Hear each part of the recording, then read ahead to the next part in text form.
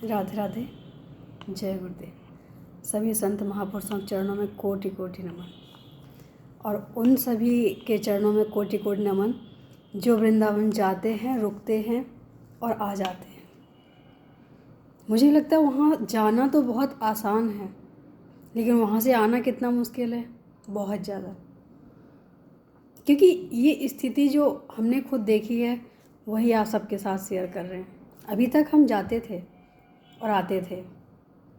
आने के टाइम थोड़ी सी बहुत ज़्यादा परेशानी होती थी। ऐसा लगता था जैसे किसी बेटी की विदाई के बाद हम दुखी होते हैं, थके हुए होते हैं, और जाने के समय इतनी खुशी होती थी जैसे किसी बेटे का ब्याह करने के लिए हम उतावले होते हैं।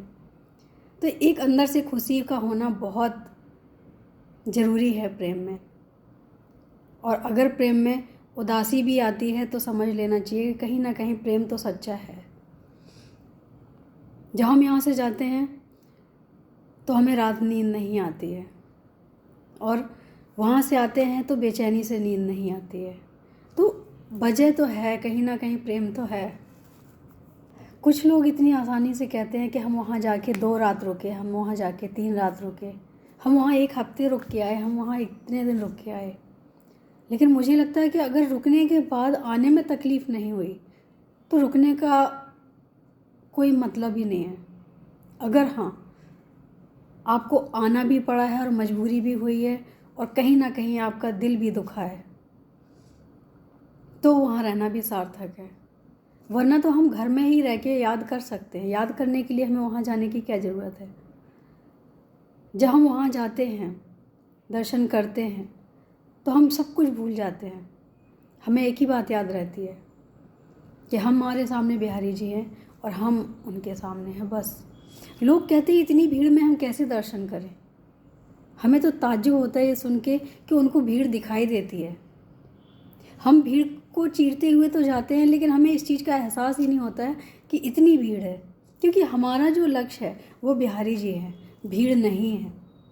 अगर हमें बीच में कोई मार्ग मिलता है जहाँ हमें रुकावट मिलती है, तब भी हमें उस चीज़ पे ध्यान देना ही कहाँ चाहिए। अगर हमारा उस जगह पे ध्यान है, इसका मतलब है कि हमारा लक्ष्य पे पूरा फोकस नहीं है। तकलीफ़ें कितनी भी आएँ, कुछ भी हो, लेकिन अगर हमें बिहारी जी तक जाना है तो हमारा लक्ष्य सिर्फ बिहारी जी होना चाहिए, ना कि भीड़ होनी चाहिए। कितनी बार हमने सुना है कि हम मंदिर तक पहुंच गए, मंदिर के अंदर भी पहुंच गए, लेकिन भीड़ के कारण हमने दर्शन नहीं कर पाए, हम वहाँ से वापस आ गए। इसका मतलब है कि तुमने बिहारी जी को अपना समझा ही नहीं, अपने दिल में बिठाया ही नहीं, ये सोच के ही नहीं गए कि हमने बिहारी जी के दर्शन करने हैं। हम सिर्फ मंदिर की भीड़ देख के घबरा जाते हैं। हमें लगता है कि घबराहट तो एक सोची समझी हमारी अपनी सोच होती है। जब हमें अपनी ही सुध ना हो, अपनी ही खबर ना हो, तो कहाँ घबराहट होती है, कहाँ हमें भीड़ दिखती है, कहीं कुछ नहीं दिखता है। ये सारी चीज़ें हमें जब ही दिखती हैं जब हमारा लक्ष्य क्लियर ना हो, जब हमें और चीज़ें भी दिख रही हों। कहीं ना कहीं हमें ये भी देखने को मिलता है कि भीड़ कितनी भी हो, लेकिन हमारी नज़र सीधी बिहारी जी पे होती है। हम दूर से भी अगर देखते हैं तो हमें बिहारी जी दिखते हैं, क्योंकि हम बिहारी जी के दर्शन करने आए हैं, हम बिहारी जी से मिलने आए हैं। हम भीड़ को देखने नहीं आए हैं। हाँ, हमारे जैसे लोग और भी आए हुए हैं, तो उसको हम भीड़ का नाम दे देते हैं। सभी प्रेमी होते हैं, सभी पागल होते हैं, सब अपने अपने तरीके से वहाँ दर्शन करते हैं। लोग कहते हैं कि हर मंदिर में एक सिस्टम है, लेकिन बिहारी जी के मंदिर में कोई सिस्टम नहीं है। जिसका मन जहाँ से हुआ वहाँ से चल दिए।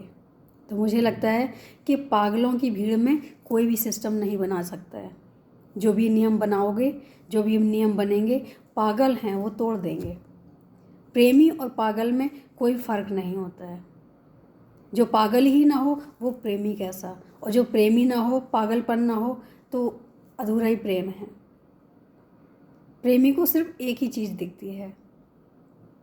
ऐसे ही एक बहुत ही सुंदर कहानी के माध्यम से बताया गया है कि कोई मुस्लिम भाई हमारे नमाज पढ़ रहे थे। वो बीच सड़क में पढ़ रहे थे और वहाँ से एक स्त्री निकली होके, जिसका पति आने वाला था। तो वो भागते हुए निकल के गई, उसे पता ही नहीं चला था कि बीच में कौन बैठा है, क्योंकि उसका लक्ष्य, उसका टारगेट उसका पति था। उसे बीच में कौन मिलता है उसे कुछ भी खबर नहीं हुई। जब वो वापस आ रही थी तो वो मुस्लिम भाई ने रोका उस औरत को, बोला कि तुम्हें इतना भी नहीं दिखा कि हम यहाँ पे प्रार्थना कर रहे हैं और तुम्हारा चरण स्पर्श होते हुए तुम यहाँ से गई, तुम्हारा पल्लू यहाँ से छुपता हुआ गया और तुम्हें खबर भी नहीं हुई और तुमने इस चीज़ का एहसास भी नहीं किया। तो वो औरत हंसने लगी कि तुम्हारी इबादत से तो हमारा प्रेम सच्चा है। अगर तुम इबादत कर रहे हो अपने खुदा की, तो तुम्हें ये खबर कैसे हुई कि हम यहाँ से गुजरे हैं, या हमारा चरण लगा है, या हमारा पल्लू लगा है? क्योंकि उस समय हम अपने पति के वियोग में, हम अपने पति के मिलन में इतने खोए हुए थे कि हमें कुछ पता ही नहीं चला। तो जब हमें पता ही नहीं चला तो हम कैसे माफ़ी मांगते और कैसे हम यहाँ पे रुकते? यहाँ उसने बहुत अच्छी बात की है। इसको हमें जितने भी भगवत प्रेमी हैं उन्हें समझने की ज़रूरत है कि जो भी प्रेम करे पागलपन की हद तक करे, और भगवान न मिले ऐसा हो ही नहीं सकता है। थोड़ा पागलपन भी ज़रूरी है। मुझे ये भजन बहुत पसंद है, हम पागल हैं पागल वृंदावन धाम के। क्योंकि सच में वृंदावन नाम आते ही ऐसे लगता है जैसे एक अलग सा एनर्जी आ जाती हो। जो हमारे साथ गए हैं उन लोगों ने देखा है कि वहाँ न तो भूख की हमें चिंता रहती है, न हमें प्यास की चिंता रहती है। 24 घंटे अगर हमें चलाया जाए तो चलने की क्षमता रखते हैं। यहाँ हम सोते नहीं हैं, हमें मिलन की एक आस होती है, प्यास होती है। वहाँ हम सोते नहीं हैं इसलिए कि वहाँ पे भी हमें मिलने की तलाश होती है। दूसरे दिन भी हम नहीं सोते इसलिए कि हमारा वियोग कहीं ना कहीं हमें आने के लिए रोकता है। जब हम वापस आ रहे थे, यकीन मानो 2 किलोमीटर निकलने के बाद वृंदावन निकल गया, फिर भी वापस चले गए। किस लिए? दर्शन के लिए। मन ही नहीं कर रहा था कि हम वहाँ से निकलें कैसे।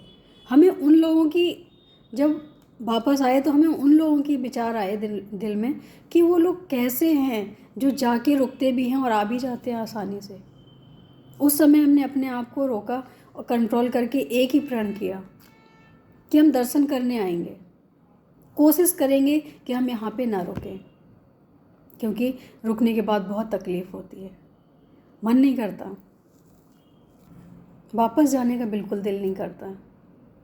तो जब भी आएंगे पूर्ण रूप से ही आएंगे, वरना हम दर्शन करने तो आएंगे और दर्शन करके ही जाएंगे। वृंदावन की महिमा सच कहते हैं कि कोई समझ नहीं सकता है, कोई प्रेमी ही जान सकता है।